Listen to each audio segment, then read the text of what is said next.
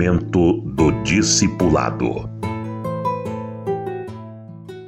Quero trazer um pouco da história do povo de Israel e dizer que, infelizmente, a gente constata que a maioria dos reis não foi discipulada e, por isso, eles fizeram muitas bobagens que estão, algumas delas, registradas. Mas, em consequência, também eles não fizeram discípulos. A pessoa que não foi discipulada tem dificuldade em discipular outros. Uma igreja de pessoas que entraram assim aleatoriamente, dificilmente vai mudar para conseguir cumprir a ordem do Senhor de fazer discípulos. A gente só faz discípulo se a gente tiver aprendido a fazer discípulo. Não é difícil, mas é como dirigir carro, é como falar inglês. Falar inglês é tão fácil que nos Estados Unidos até as criancinhas falam inglês. Todo mundo vai rir de uma afirmação desse tipo. Pois é, fazer discípulos é tão fácil que quem é criança que foi discipulada, com naturalidade também vai discipular. Deus queria que o ser humano fosse educado. O conceito de educação é o condicionamento para a vida. E quem dá educação é a família.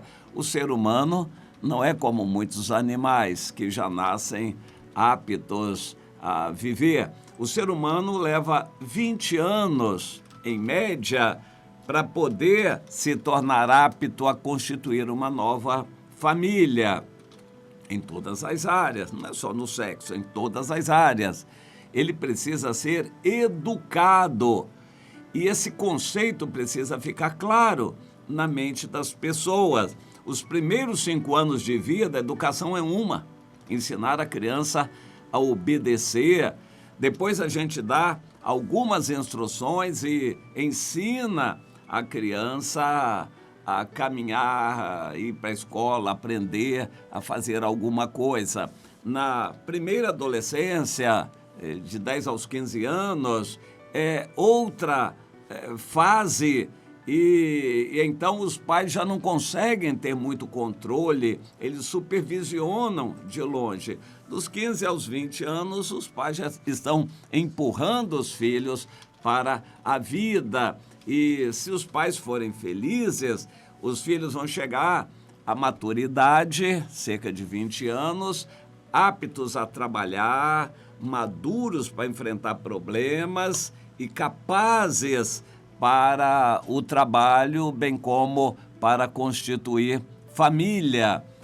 Esse processo, que leva cerca de 20 anos, é muito importante, mas era algo totalmente simples por parte daqueles que tiveram uma família estruturada.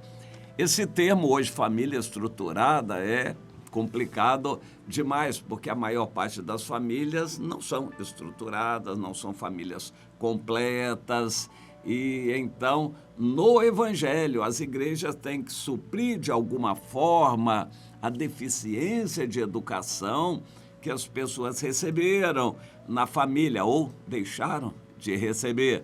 E as igrejas deveriam discipular as pessoas, procurando ajudá-las, suprindo a falta daquilo que elas não tiveram nas famílias e que hoje é muito. A história dos reis, que está registrada na Bíblia, nos estranha muito, não deveria nos estranhar, é a nossa história. E mostra famílias desestruturadas, briga, luta pelo poder, hoje pelo dinheiro, e infidelidade dos reis com casamentos e tudo mais que hoje a gente conhece também na nossa vida cotidiana. Deus queria que os pais ensinassem os filhos e preparassem os filhos para o casamento. Filho de crente deveria se casar virgem, deveria se casar direitinho. Infelizmente, a maioria não vai para o casamento assim. Falha dos pais, mas a igreja precisa insistir nesse ponto. As crianças, as meninas, os meninos precisam ser ensinados que eles não têm que experimentar nada de sexo antes do casamento. E não precisa, porque o que eles aprenderão com experiência provavelmente será algo muito errado e não vai trazer felicidade. Pelo contrário, vai trazer traumas depois na vida de casados. Então, não deveriam os pais permitir os filhos ter experiência. Mas os pais que já perderam os filhos desde a infância já não têm autoridade mais sobre eles. Como é que na adolescência os pais vão conseguir controlar os filhos? Pois é, são problemas sérios, mas a igreja não pode se omitir. Nós vamos aprendendo que a gente que recebeu o discipulado passa para frente com facilidade. O apóstolo Paulo diz para o seu filho Timóteo, 2 Timóteo 2, meu filho Timóteo, o que você aprendeu de mim, porque eu aprendi com Jesus, e foi a duras penas, eu aprendi muito com Gamaliel, mas eu aprendi com Jesus, eu aprendi a duras penas apanhando na vida. E você aprendeu de mim de uma forma mais fácil, porque você conheceu o evangelho mais novo.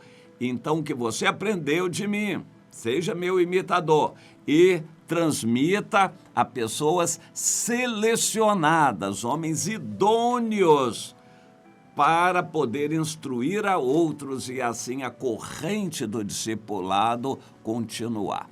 Um crente que é muito bom e não faz discípulo, para mim vale muito pouco. Eu acho que para Deus menos ainda. Um crente que é muito bonzinho, bom crente, mas que não faz discípulos, vale muito pouco para Deus. Um rei tinha várias missões: fazer justiça, planejar a vida do povo, meios de produção, supervisionar o povo, defender o povo nas guerras, preparar o país para as guerras. Ele tinha uma série de funções, os reis, mas uma delas era preparar o sucessor. A Bíblia fala de Moisés que preparou o Josué, e o Josué, infelizmente, não preparou ninguém. E o resultado foi o livro de Juízes. E a situação só piorou. Depois vieram os reis. O Saul, embora tivesse um filho maravilhoso, o Jonatas, de grande potencial, na verdade ele só estragou o filho. E não fez discípulo, não permaneceu nos caminhos do Senhor e terminou muito mal, suicidando. Depois veio Davi, que sofreu, lutou, não teve propriamente um discipulador, mas ele teve um líder, que foi o Samuel, que o ajudou muito. Davi não fez discípulos entre os filhos, até que, já meio velho, teve aquele caso com a Batseba, que foi ruim demais, mau exemplo, mas deu ocasião a que a graça de Deus funcionasse. Depois ele, com pena da Batseba, uma jovem, mulher nova ainda, que ele tinha estragado a vida dela, então, com pena, ele se dedicou mais a Batseba. E o primeiro filho morreu. Foi até bom da parte de Deus que tivesse morrido, porque seria a lembrança do pecado. Mas quando veio o outro filho, Salomão, Davi se dedicou. Salomão dá testemunho de que o que Davi não fez com os outros, fez com ele. Talvez ele já tivesse idade para ser avô do Salomão, com toda certeza.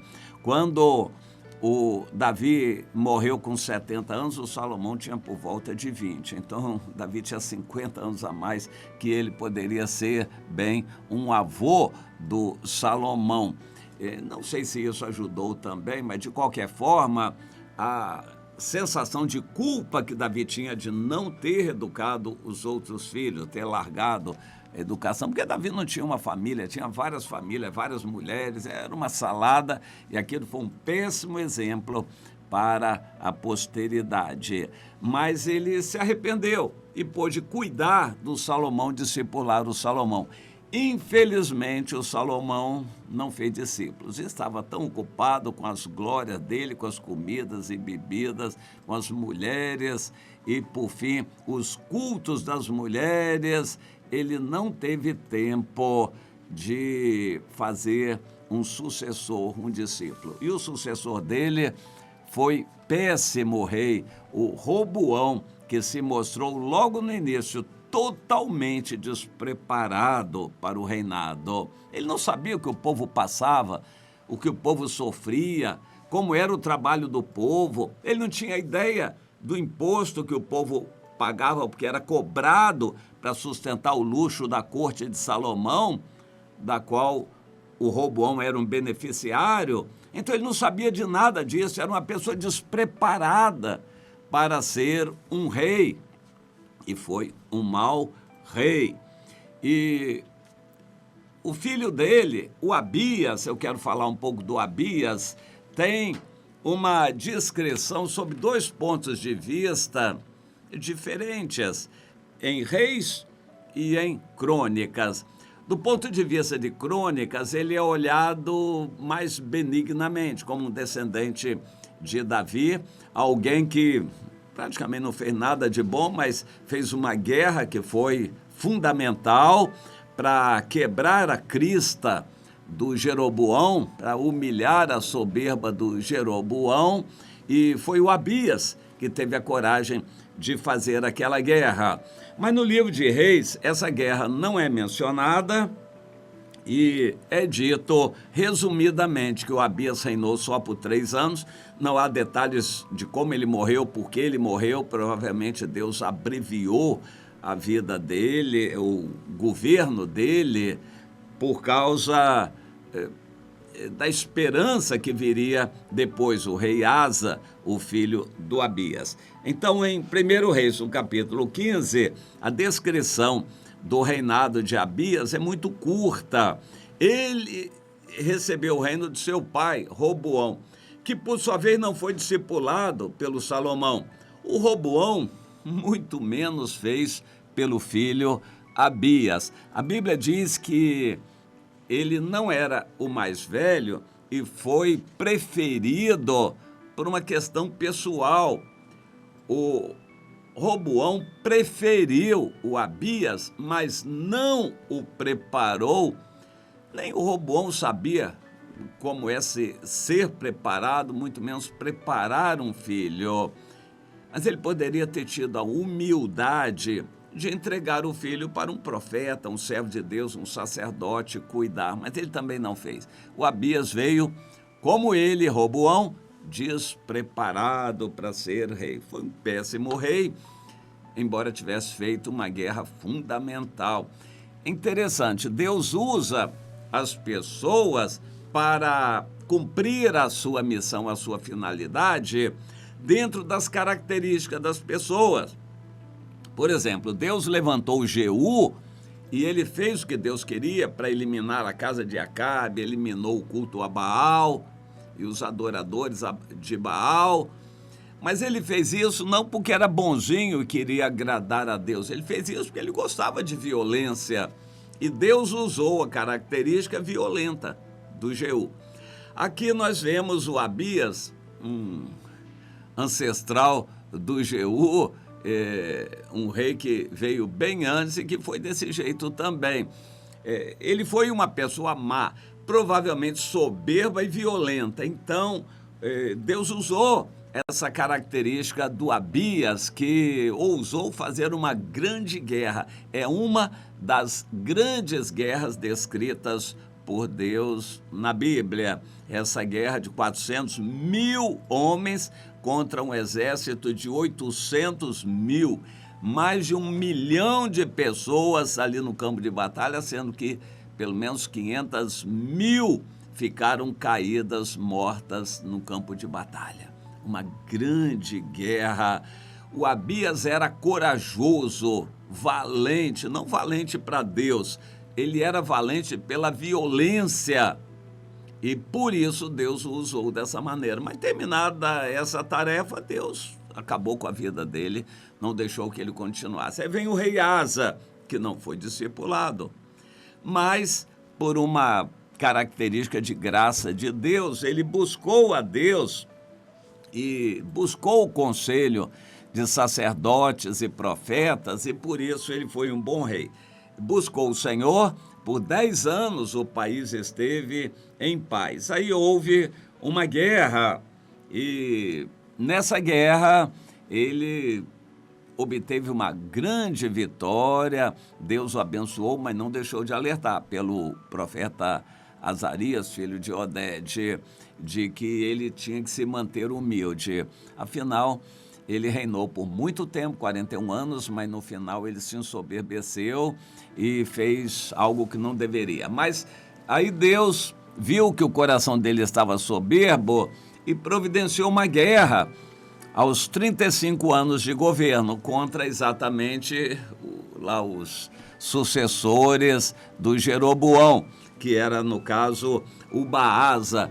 Aí o Asa ficou com medo, consciência pesada, porque ele não andava totalmente na presença de Deus, a consciência pesou, ele ficou com medo da guerra e apelou. Ao invés de ir para a guerra, ele tinha certeza, tinha um exército poderosíssimo. A Bíblia cita aqui 580 mil soldados preparados, mas ele teve medo de enfrentar Israel e pediu ajuda à Síria, ao Ben-Hadad da Síria. Mandou recursos, tirou tesouros da casa de Deus, prata e ouro, para mandar de presente para o rei da Síria, o Ben-Hadad, para que ele atacasse Israel pela retaguarda. O Ben-Hadad recebeu o presente, gostou da tarefa, sabia que o exército de Israel estava distraído lá no sul contra Judá e o norte estava desguarnecido. O rei da Síria, o Ben-Hadad, atacou pelo norte, fez um morticínio grande lá, tomou cidades, tomou despojo de Israel e foi embora.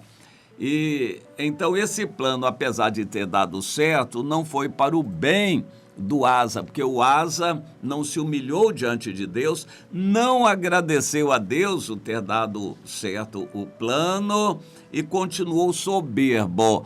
Aos 39 anos de governo, a Bíblia diz que Deus resolveu então agir, deu uma doença. A doença no crente não é para destruir, é para corrigir. É o melhor, é Deus querendo corrigir a vida do crente, mas o Asa não entendeu assim. Ele já estava ensoberbecido e assim ficou, se afastou de Deus e foi cuidar da saúde. E a Bíblia dá essa informação que eu acho assim muito interessante. No tempo da sua velhice, o rei Asa padeceu de uma doença dos pés. E ele não buscou a Deus, mas buscou os médicos. Isso para mim é tremendo, é fundamental. Quantos crentes têm definhado, estragado sua vida, gasto o seu dinheiro, definhado na fé por uma decisão errada. Na doença, eles não procuram o Senhor, mas eles procuram o médico. Foi a decisão do Asa e mostra que não adiantou, ele fraquejou na fé, por fim morreu e deixou esse exemplo para a gente não seguir. Na média, a Bíblia o classifica como um bom rei, foi um excelente rei. E, apesar de todos os erros dele, porque ele reinou durante muito tempo e só errou no final, durante a fase de início do reino, ele buscou o Senhor e pôde fazer discípulo. Ele discipulou bem o filho dele, o Josafá. Mesmo quando o rei Asa estava velho e fez bobagem, o Asa não foi atrás. O Josafá, o filho Josafá não foi atrás. Quando o rei Asa ficou velho e fez bobagem, o filho dele, Josafá, já era cabeça feita, já estava discipulado para o bem já era um servo de Deus, já estava consciente da situação. Não podia se sobrepor à autoridade do pai, o rei Asa, mas ele, Josafá, buscou o Senhor de todo o seu coração. E então, quando Asa morreu, o Josafá assumiu o reino com boa conduta. Então, vamos entender este assunto. O rei Asa, na média, foi um bom rei. Errou no final da vida, mas no início ele discipulou o filho, o rei, que foi o rei Josafá. Então, veja bem, como é interessante, quem dedica tempo, amor e zelo para com os filhos e a família, mesmo que mais tarde faça bobagens ou que tenha problemas, mas aquela obra já foi feita. Aliás, você tem no máximo 20 anos para discipular um filho. E se você se dedicar desde o início a essa tarefa, não vai se arrepender mais tarde. Mesmo que você fraqueje mais tarde, a obra já foi feita. Agora, se você perdeu os primeiros anos de discipulado dos filhos, estragou o resto da sua vida e deles, dos filhos também. Você acabou de ouvir o programa Seminário no Ar. Esperamos por você amanhã no mesmo horário.